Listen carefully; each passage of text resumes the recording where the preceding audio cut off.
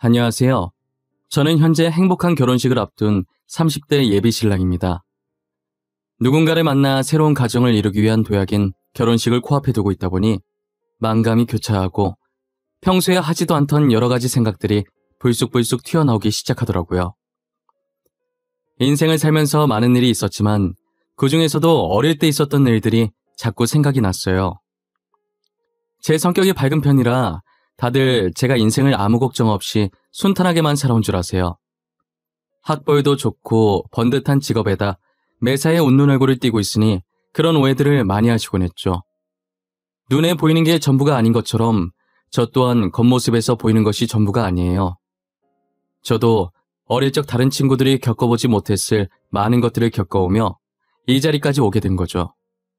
당시엔 엄청 힘들었지만 커서 이렇게 돌이켜보니 만약 그때가 없었다면, 정말 순탄하게만 자라왔다면 제가 이렇게 잘 자랄 수 있었을까 싶은 생각이 많이 들어요. 저를 반듯하게 클 수 있게 만들어준 저의 어릴 적 추억들을 이곳에 잠시 꺼내보려고 합니다. 저는 부유하지도 그렇다고 가난하지도 않은 지극히 평범한 가정 속에서 자랐어요. 어머니와 아버지는 가족밖에 모르시는 분들이셨고 늘 사랑으로 저를 보살펴 주셨어요.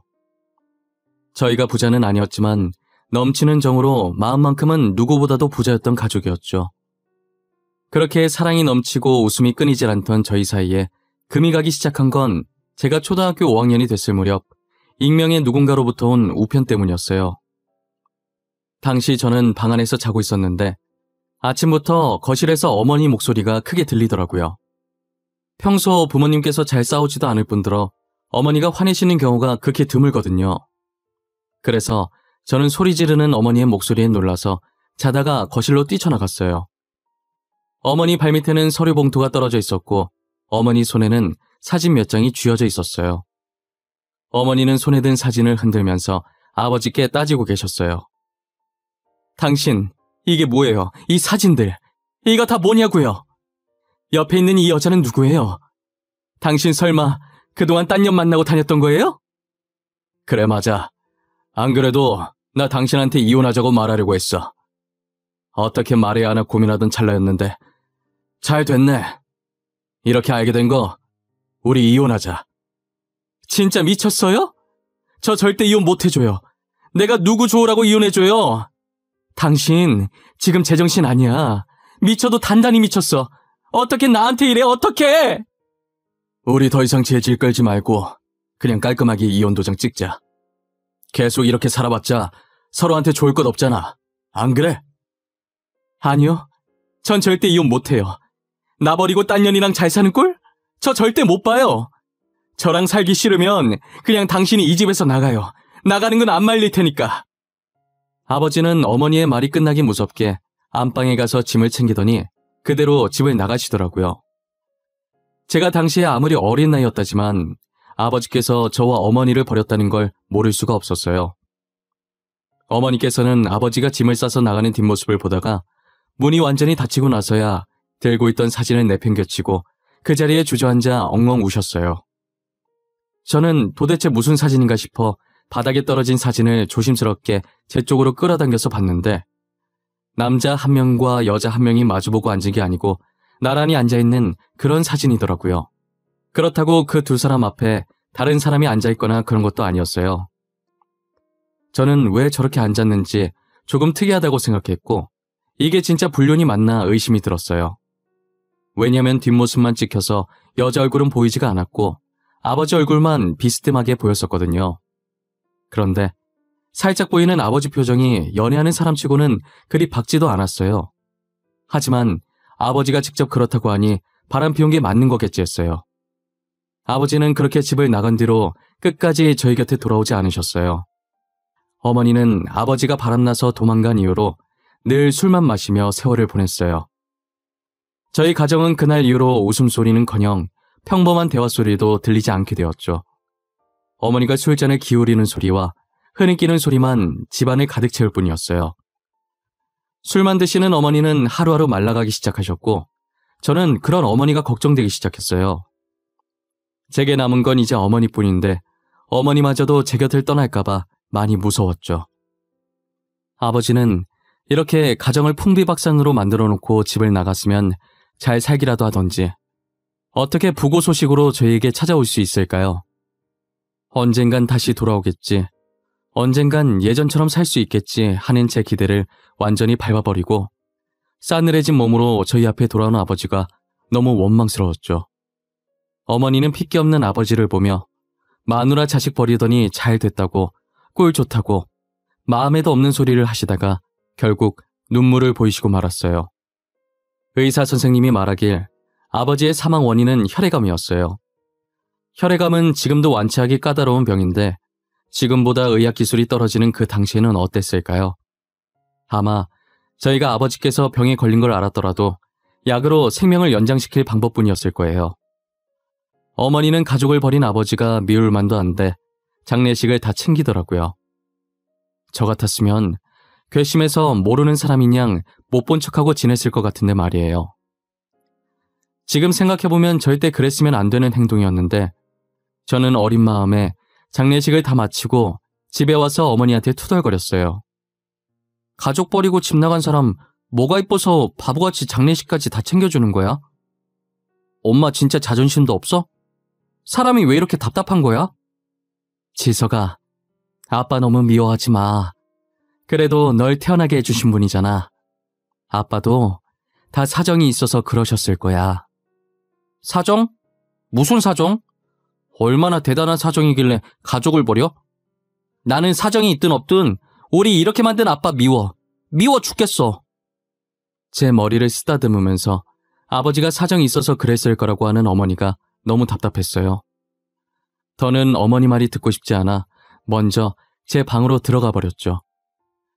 제가 방으로 들어간 뒤로 어머니는 아버지 사진을 보며 울고 술만 마셨어요. 어머니의 흐느끼는 소리만 한참 들리다가 누군가 저희 집 벨 누르는 소리가 들리는 거예요.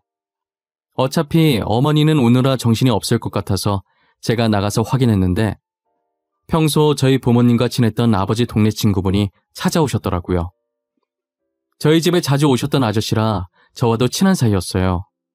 아저씨는 문 열자마자 저를 안아올리고선 어머니부터 찾았고 제 손끝이 향하는 곳을 보더니 그러고 있을 줄 알았다는 듯 한숨을 쉬고 어머니께 다가가시더라고요.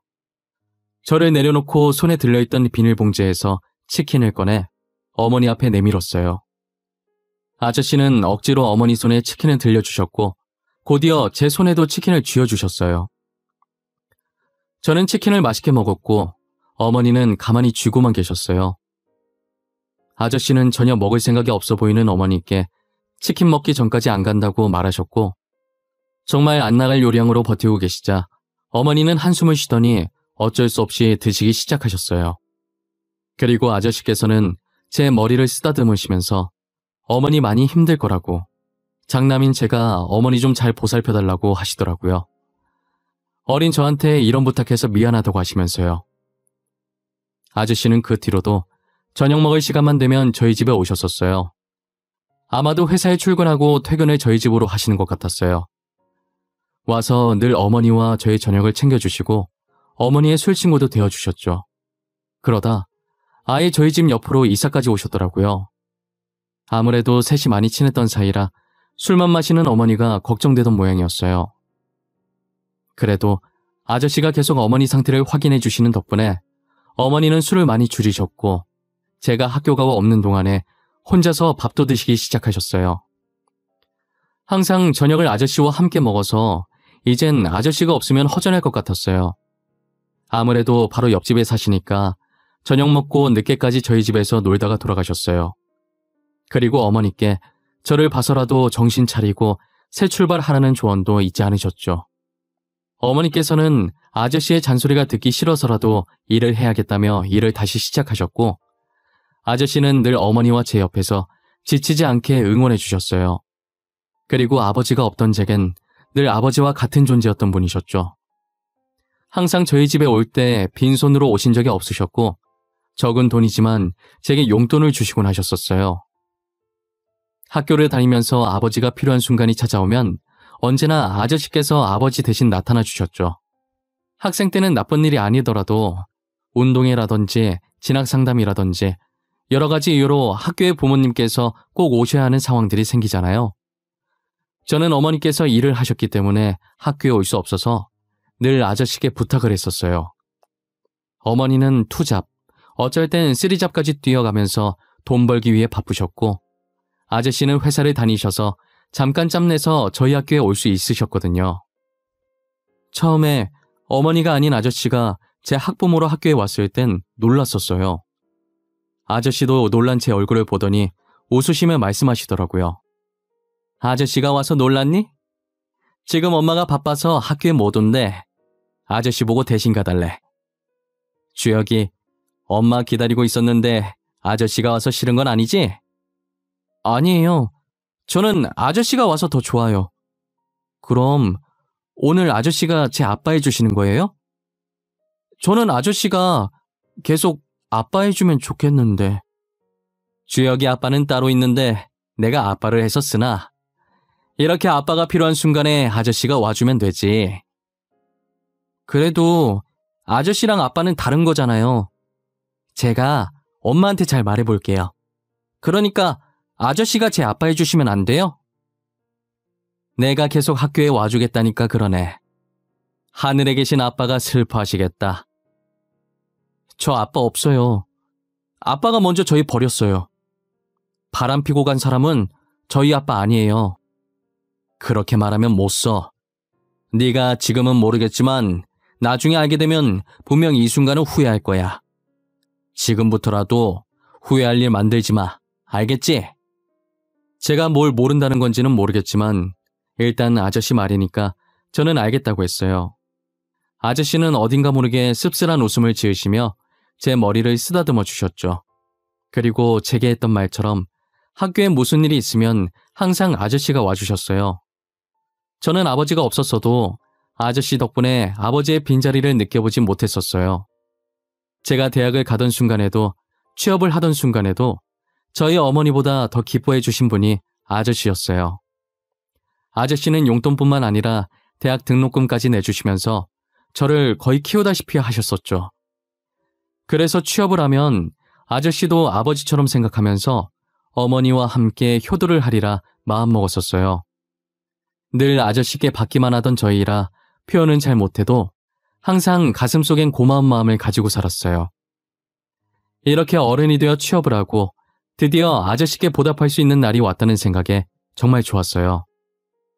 저는 이제 성인이 되어 독립해서 홀로 자취를 하고 있었는데 아저씨가 어머니 옆에 있다고 하지만 그래도 가족보단 불편할 거라는 생각에 종종 어머니 집에 놀러 가곤 했었어요. 여느 때처럼 어머니와 아저씨가 좋아하는 음식들을 사들고 어머니를 찾아뵈러 갔었죠. 그런데 어머니 집 앞에 도착하니 평소와 다르게 문이 살짝 열려 있더라고요. 그리고는 그 문틈 사이로 어머니와 아저씨의 목소리가 새어나오기 시작했어요. 진찬아, 이제 그만해도 돼. 이만하면 됐어. 이제 우리 아들도 성인이잖아. 그만큼 했으면 된 거야. 네 잘못 아니라고 했잖아. 어떻게 내 잘못이 아니야. 내가 그날 부탁만 들어주지만 않았어도, 아니, 그 안에 내용물이 뭐가 들었는지 확인만 했었어도 이렇게 수혁이 혼자 쓸쓸히 갔을 일은 없었을 거야. 어차피 고치기 힘든 병이었다며, 말기였다며. 만일 네가 알았다고 해도 달라지는 건 없어. 죽는 날을 조금만 늦추는 것 말고는 달라질 게 하나도 없었다고. 그러니까 이제 그만해. 내가 옛날에 형편이 어려워서 수혁이한테 빌린 돈이 있었어. 부탁만 들어주면 그 돈은 받지 않겠다고 하는 바람에 내가 진짜 미친놈이야. 남편이 선택한 거야. 우리가 뭘 어쩌겠어. 나도 장례식 가서 신우한테 듣고 알았어. 그때 그 사진 속에 있던 여자도 신우였다더라. 남동생이 하도 부탁해서 어쩔 수 없이 해줬다더라고. 알고 보니 저희 아버지가 도망갔던 그날 아버지 불륜 증거가 들어있는 서류 봉투를 집 앞에 두고 간 건 저희 부모님의 동네 친구이자 저에겐 아버지와 같았던 아저씨였어요. 아버지께서는 살 날이 얼마 남지 않았다는 것을 직감하시고 저희가 슬퍼하지 않게 정을 떼놓으시려고 일부러 고모와 불륜인 척 짜고 사진을 찍은 것이었죠. 그리고 그 사진이 든 서류 봉투를 아저씨께 건넨 것도 아버지셨어요. 아저씨는 당시 아버지에게 빌린 돈이 조금 있었고 형편이 어려워서 조금씩 갚고 있었나 봐요. 그런데 이 서류 봉투만 집 앞에 놔둬주면 남은 빚들을 안 갚아도 된다고 하니 빚을 지은 아저씨 입장에서는 저거만 두고 오면 되니까 당연히 솔깃한 제안이었던 거고요. 그래서 무슨 일인지 안에 뭐가 들었는지 이야기도 안 하고 부탁을 들어주겠다고 했다더라고요. 정말 부탁받은 대로 집 앞에 서류 봉투만 두고 가고 그 뒤로는 어떻게 됐는지 몰랐었다고 하는 거예요. 아버지가 죽기 이틀 전에 어머니가 걱정되어 결국 아저씨를 불러서 사실대로 말해줬고 아저씨는 그제서야 자신이 한 짓이 어떤 짓이었는지 알게 된 거죠. 그때부터 아저씨는 아버지를 대신해 본인이 저희 어머니와 저를 지켜야겠다는 생각을 하셨대요. 어머니도 아저씨 잘못이 아니라는 걸 알지만 이렇게 해야 아저씨 마음이 조금이라도 편해질 것 같아서 제가 성인이 될 때까지만 아무 말 않고 가만히 있으셨던 거예요. 제가 사춘기 시절이었을 때 사실을 아는 것보다는 그나마 성인이 됐을 때 그날 있었던 일을 이야기하면 어쩔 수 없었던 일이라며 아저씨가 했던 행동을 이해해 줄 거라고 생각이 든 거죠. 하지만 아들 입장에서 솔직하게 아저씨께 실망을 안 했다고 하면 거짓말이겠죠. 제가 그동안 가정 파탄낸 주범이라며 아버지를 얼마나 많이 원망하고 미워했는데요. 아버지를 보내드리는 순간에도 저는 굳이 바람 펴서 가족 버린 사람 뭐가 이쁘다고 장례식까지 다 해주냐며 돌아가신 아버지와 장례식을 지킨 어머니께 막말도 했었으니까요. 아저씨가 아버지 부탁을 거절했다면 제가 이렇게까지 아버지를 비난하지 않았다고 다 아저씨 탓이라며 핑계댔던 순간도 있었어요. 하지만 이미 아버지는 돌아가셨고 더 이상 제 곁에 없으시니 원망해봤자 늦은 거죠. 그리고 아저씨께서 늘 아버지를 대신해온 노력을 알기에 모질게는 못하겠더라고요. 아저씨도 그동안 저희 보면서 아버지가 떠올랐을 텐데 얼마나 힘드셨겠어요. 저는 아저씨도 참 불쌍하고 당시의 아저씨 입장을 생각해보면 빚진 입장에서 뭘 못하겠어요. 아저씨로서는 어쩔 수 없는 선택이었다고 생각했죠. 시간을 되돌릴 수도 없는 노릇이니 이 상황을 인정하기로 한 거예요. 지금까지 저와 어머니 곁에서 남편과 아버지 노릇을 해온 노력들은 거짓이 아니었으니까요. 아직도 아저씨가 아버지 같다는 마음은 변함이 없었어요. 제가 모든 사실을 알게 된 지 얼마 지나지 않아 어머니께서는 간암 진단을 받으셨어요. 아버지께서 돌아가시고 줄곧 입에 술을 달고 사셨으니 간에 탈이 안 나면 이상한 거죠. 간 이식밖에 답이 없을 정도로 상황이 좋지 않았어요. 제가 간을 드리려고 해도 어머니는 받을 생각을 하지 않으셨죠. 저와 어머니께서 간 이식으로 한참 다투고 있을 때 간 기증자가 나타난 거예요. 어머니는 간 기증자가 전 줄 알고 제 등짝을 때렸고 놀란 간호사는 아드님 아니라고 다른 기증자가 나타난 거라고 저희 어머니를 말리기 시작했어요. 간호사 말을 듣고는 어머니께서 멋쩍은 미소를 지으면서 머리를 긁적이시더라고요. 그리고 과일을 들고 뒤이어 들어온 아저씨는 간 기증자 소식을 듣고 좋아했어요. 간 기증자가 나타났다고? 이렇게 빨리 나타날 줄은 몰랐는데 다행이다. 정말 다행이야. 수술은 빨리 해야 되고 우리 간은 안 받겠다고 난리치는 통에 내가 얼마나 걱정했는지 몰라. 내가 너네 간 안 받겠다고 난리쳐서 다행이지. 이렇게 금방 기증자 나타났는데 굳이 왜 너네 간을 받아? 너네라도 튼튼한 간으로 건강하게 살아야지. 그래, 우리 간 지켜줘서 너무 고맙다. 네 덕분에 건강하게 살겠어 아주. 얼른 수술받고 괜찮아져야 될 텐데. 수술하고 나서는 술 먹지 마. 알겠어? 당연히 그렇게 해야지. 나 이제부터 술 아예 입에도 안 댈 거야. 우리 아들 결혼하는 거 보고 죽어야 되니까. 이제부터라도 간 건강 열심히 챙겨야지. 맞다. 너 수술하는 동안 나는 옆에 못 있어주겠네. 급하게 출장이 잡혀서 일주일간은 못 올 거야. 보고 싶다고 울고 있지 말고. 보고 싶긴 누가 보고 싶어. 하도 붙어 있어서 이젠 반갑지도 않아. 내가 재혼을 못한 게 너 때문인 것 같아. 너만 없었어도 내가 잘난 남자 만나서 재혼했을 텐데. 어머니는 기증자 생겼다는 기쁨에 아픈 것도 잊으셨는지 이내 아저씨와 장난을 치기 시작하셨어요. 아저씨는 늘 심각한 일에도 저희 걱정을 덜어주시려고 이런 식으로 장난을 치곤 했어요. 그러다 보면 마음이 가벼워져서 해결책을 더 빨리 찾을 수 있었고 별거 아닌 일처럼 느껴졌어요. 매사에 걱정이 많은 어머니와 제게는 그런 아저씨의 존재가 많이 컸죠. 어머니의 수술날, 말씀처럼 출장에 갔는지 아저씨께서 보이지가 않았어요.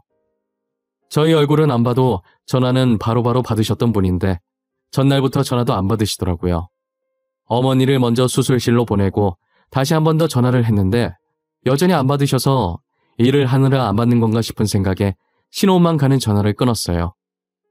전화를 끊고 앞을 봤는데 어머니께 간을 기증한 사람으로 보이는 환자가 뒤이어 수술실로 들어가려고 준비 중이더라고요. 저는 무심결에 침대 위에 환자 얼굴을 쳐다보게 됐는데 굉장히 낯익은 얼굴이 침대에 누워있는 거예요.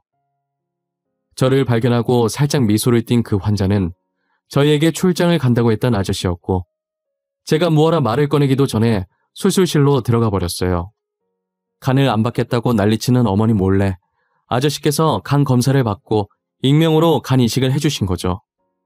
아저씨는 아버지께 진 빚을 갚기 위해 저희 옆에 붙어 계셨지만 저희를 향한 마음은 자신의 간까지 망설임 없이 내어줄 만큼 진심이셨어요. 다행히 두 분의 수술은 성공적으로 끝났고 회복도 빠르고 좋았어요. 어머니께서는 나중에 아저씨께서 간을 기증해 주신 걸 알고서는 간호사에게 간을 다시 꺼내달라는 말도 안 되는 소리를 하셨고 아저씨는 기가 찬다는 표정으로 보고 계셨어요. 그 모습을 가만히 지켜보는데 어머니도 혼자시고 아저씨도 결혼을 안 하셔서 혼자라 남은 인생 두 분이서 이렇게 장난도 쳐가면서 같이 지내면 어떨까 싶더라고요.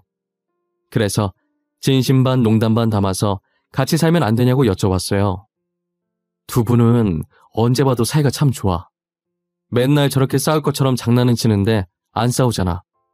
이참에 둘이 같이 사는 거 어때요? 어차피 아저씨 우리 엄마 집에 퇴근하잖아요. 차라리 욕을 해 이거사. 어디서 말 같지도 않은 소리야.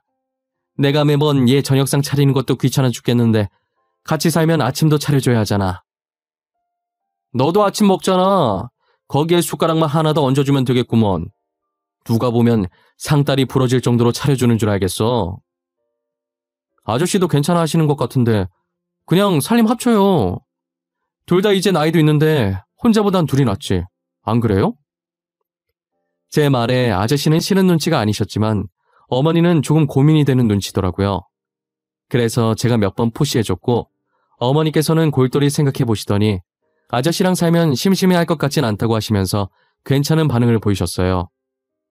저는 어머니 생각이 바뀌기 전에 얼른 몰아붙여야겠다는 생각에 그 뒤로는 두 분 혼인신고를 재촉했고 결국 제 성화에 혼인신고를 하시고 살림을 합치셨어요. 제 예상대로 두 분은 티격태격하시면서도 재미나게 사시더라고요. 고향 친구라서 그런가 말도 잘 통하시는 게 진작에 잘되게 밀어드릴 걸 그랬다고 조금 후회했어요. 이제라도 쓸쓸하지 않게 남은 인생 지금처럼 싸우지 않고 재미나게 보내셨으면 했죠. 이제 어머니 옆에는 아저씨가 계시니 저도 안심하고 장가를 가도 될 것 같더라고요. 그래서 여자친구를 집에 데리고 와 인사를 드렸는데 어머니께서 너무 마음에 들어 하시고 처가댁도 저를 마음에 들어 하셔서 얼른 상견례 잡자고 하는 통에 상견례까지 속전속결로 끝냈어요. 하지만 여자친구가 인사를 드렸을 때도 상견례 때도 아저씨께서는 같이 오시지 않으셨어요.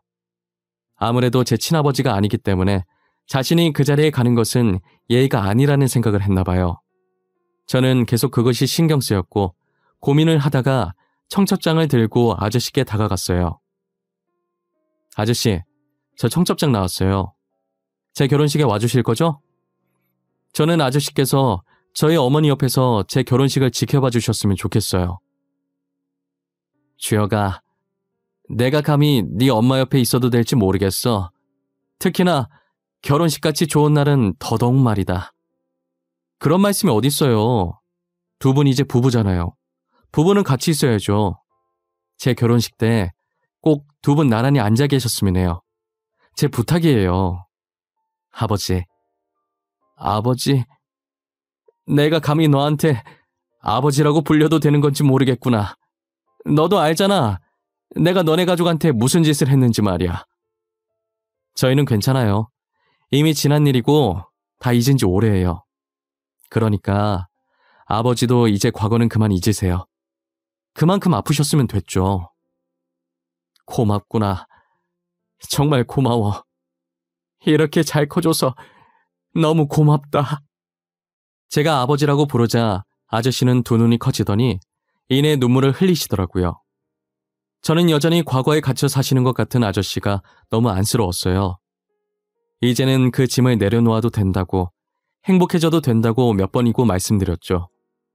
아저씨는 제 손을 잡고 연신 용서해줘서 고맙다고 하셨어요. 그리고는 청첩장에 제 아버지 부분에 적힌 자신의 이름을 보고 울면서 손으로 매만지셨어요.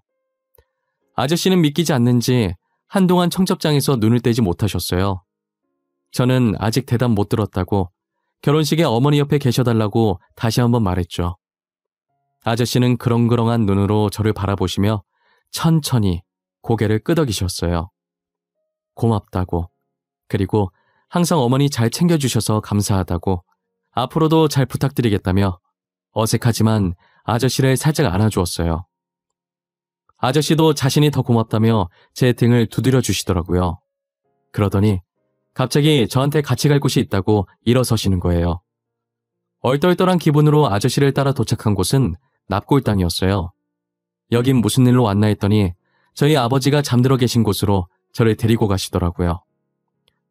저는 친아버지께서 바람나 도망간 줄만 알고 한 번도 오지 않았었어요.